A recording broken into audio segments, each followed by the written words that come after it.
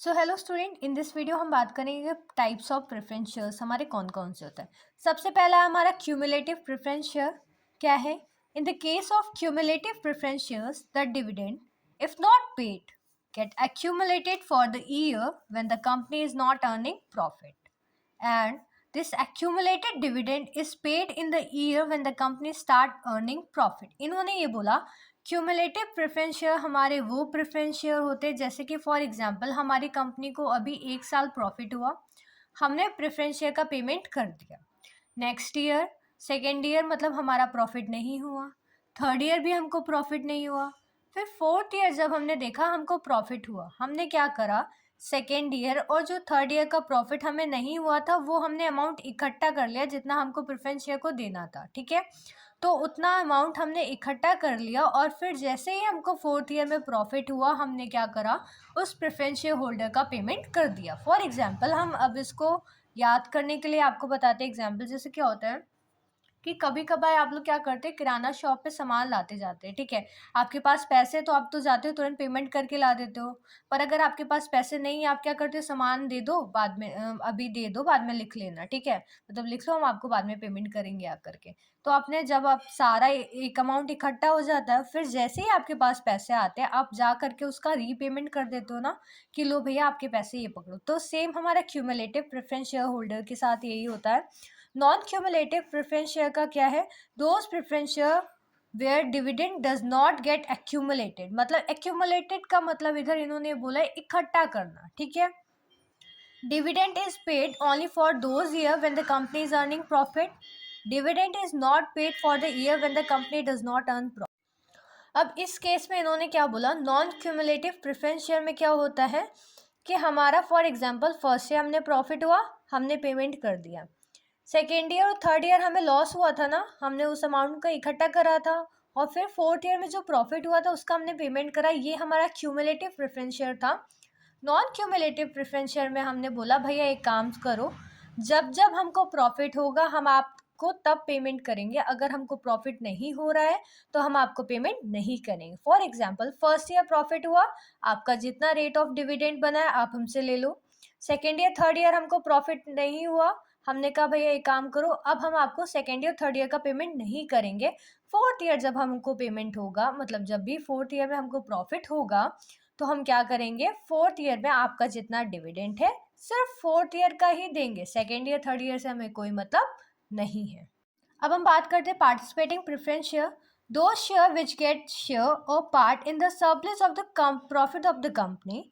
Here shareholder get the fixed rate of dividend if surplus profit is left after paying the dividend of preference and equity shareholder। इन्होंने बोला कि जैसे हमको जैसे ही profit हुआ हमने प्रेफरेंस शेयर होल्डर को पेमेंट करा, इक्विटी शेयर होल्डर को बाद में पेमेंट करा जाता है। उन दोनों का पेमेंट करने के बाद भी क्या हुआ कि हमारा कुछ सरप्लस मतलब कुछ पैसा बच गया।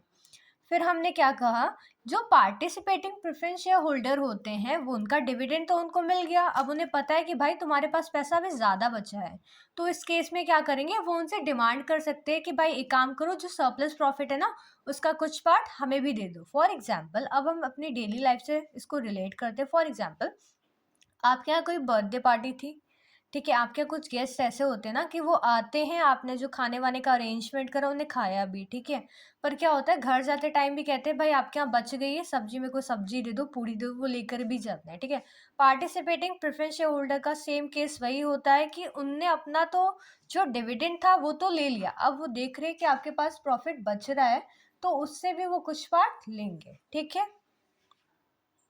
नॉन पार्टिसिपेटिंग प्रेफरेंस शेयर का क्या है, the shareholder do not get share part in the surplus of the profit of the company. Non participating preference shareholders के साथ क्या होगा, भाई तुम्हारा जितना डिविडेंड है लो और यहाँ से चलते बनो। ठीक है, हम इससे ज़्यादा पैसा तुमको नहीं देंगे। अब अगर हमारे पास सरप्लस पैसा बच भी रहा है हम फिर भी आपको पेमेंट नहीं करेंगे एक्स्ट्रा, क्योंकि जितना आपका रेट ऑफ डिविडेंड फिक्स है सिर्फ आप उतना ही पैसा लेंगे। ये है हमारा नॉन पार्टिसिपेटिंग प्रेफरेंस शेयर्स। अब हम बात करते हैं रिडीमेबल प्रेफरेंस शेयर्स क्या होते हैं। Those preference shares which are redeem paid back on the expiry of the fix period of time. Redeemable preference shares का मतलब वो होता है कि वो शेयर्स जिनको हम पे बैक कर दे एक फिक्स पीरियड ऑफ टाइम के बाद, ठीक है। रीपेमेंट कर दे, एक फिक्स पीरियड टाइम होता है, उसके बाद अगर हम उनका रीपेमेंट कर दें तो वो हमारे रिडीमेबल प्रेफरेंस शेयर्स होते हैं। इरेडीमेबल प्रेफरेंस शेयर्स हमारे क्या होंगे? Those preference shares which are not redeemed during the life time of the company. Irredeemable preference shares का क्या है भाई, तुम हमको 1 साल 2 साल बाद पैसे दे करके हमारा शेयर वापस नहीं ले सकते।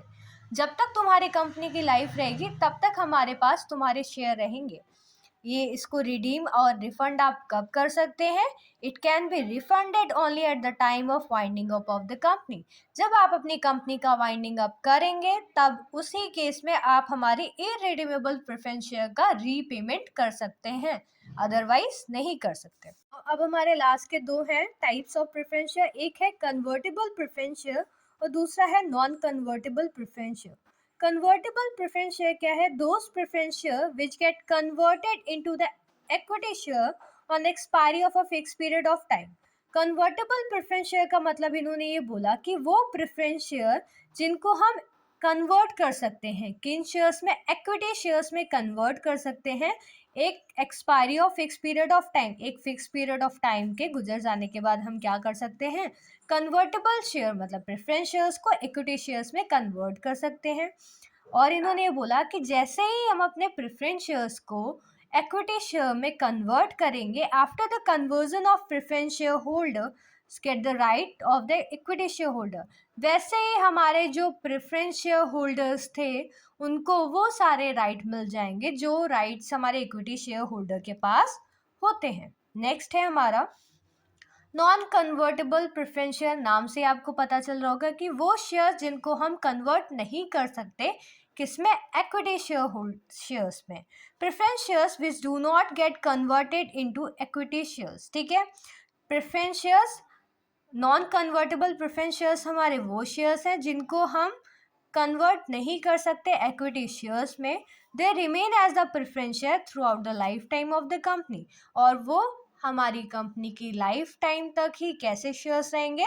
प्रेफरेंस शेयर्स रहेंगे। So students, thanks for watching. I hope आपको समझ में आया होगा। If you have any query, please write down your query in the comment section. I'm always here to provide my best to you. Thanks for watching. Do subscribe.